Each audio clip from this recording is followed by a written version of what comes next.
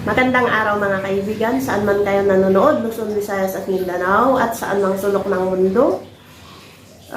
Kung napapansin nyo, halos 3 araw nang hindi nag-a-upload Captain General Dado Enrique.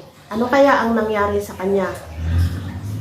Kung matatandaan ninyo, si Captain General Dado Enrique ang nag-umpisa doon sa Manifesto ng Taong Bayan para sa Inang Bayan, na kung saan na-check ko ngayong umaga ay halos magto 12,000 na ang nakapirma na nagsasabing hindi na nila kinikilala si Presidente Bongbong Marcos bilang presidente at si Sara Duterte na ang presidente.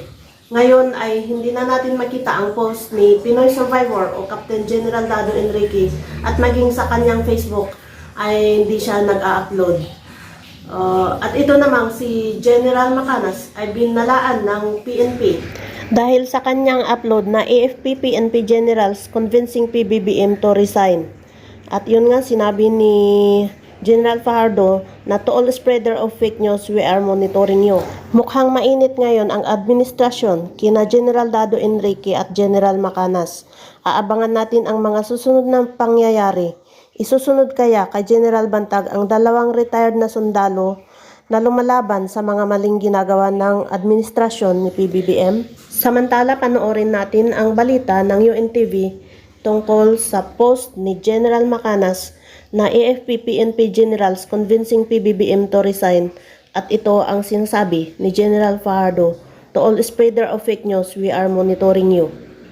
Isa po ito sa mga pictures na nakikita natin ngayon na kumakalat sa social media kung saan ginamit po ang pictures ng ating Chief PNP, ng ating Chief of Staff of the Armed Forces of the Philippines together with our President with caption, AFP PNP Generals convincing PBBM to resign.